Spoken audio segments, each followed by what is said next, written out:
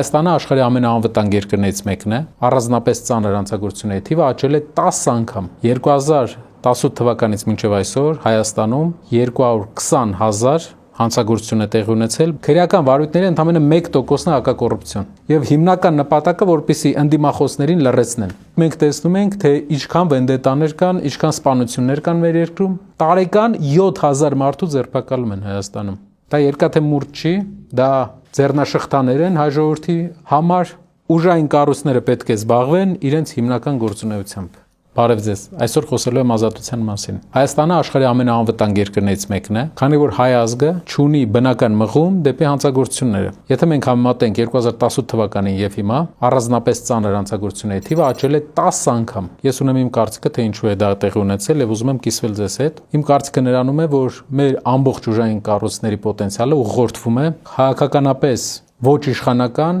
ուժերի, գործիչների, գործարարների եւ մարդկանց դեմ, մինչեւ 2018 թվականը 7 տարվա ընթացքում Հայաստանում եղել էր 100,000 հանցագործություն։ 2018 թվականից մինչեւ այսօր Հայաստանում 220,000 հանցագործություն է տեղի ունեցել, բացվել է քրեական վարույթ։ Մեր օպոնենտները կասեն, որ այդ քրեական վարույթները նրա համար են ստեղծվել, որ հակակոռուպցիոն պայքար է, կոռուպցիայի դեմ պայքար է։ Տարվա կտրվածքով, օրինակ 2024 թվականին քրեական վարույթների ընդամենը 1%-ն է հակակոռուպցիոն։ Այսինքն ինչ է կատարվում Հայաստանում։ Եթե դու օրինակ ապրում ես Վայքում դու ակտիվ գործարար ես, բայց ունես հայացքներ ընդդիմադիր։ Մեկ էլ մի օր հայտնվում է մի քպական տեղում, ով 100% ինչ որ դիմելու է դատախազին եւ ասի, որ քո տարածքի այն 4 մետրը, որ դու ունեցել ես, ինչ որ խնդրեմ ունի եւ դրա վրա բացվի քրեական վարույթ։ Այսպիսի ձևաչափ ամբողջ Հայաստանում հարյուրավոր է, քրեական գործերը հարյուրավոր են եւ հիմնական նպատակը, որպեսզի ընդդիմախոսներին լռեցնեն։ Բազում են դեպքերը վերջի ժամանակները, երբ մենք տեսնում ենք, թե ինչքան վենդետաներ կան, ինչքան սպանություններ կան մեր երկրում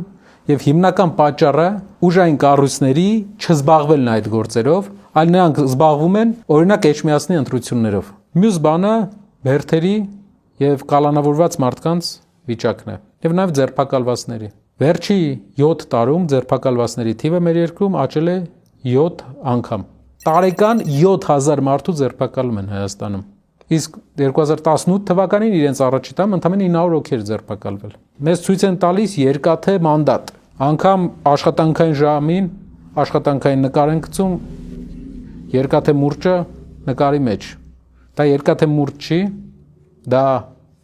ձեռնաշղթաներ են հայ ժողովրդի համար եւ եթե մենք եւս 5 տարի այս մարդուն պահենք, ինձ թվում է տասնյակ հազարավոր նոր մեր հայրենակիցներ իրեն ձեռքին ունենալու են այդ ձեռնաշղթաները։ Վստահեցնում ենք ձեզ, որ հավասարակշռված կառավարությունը իր հիմնական գործունեությունը, հիմնական աշխատանքը տանելու է ազատություն ապահովելու վրա, օրինականություն ապահովելու վրա, ուժային կառույցները պետք է զբաղվեն իրենց հիմնական գործունեությամբ եւ կզբաղվեն։ Շնորհակալ եմ։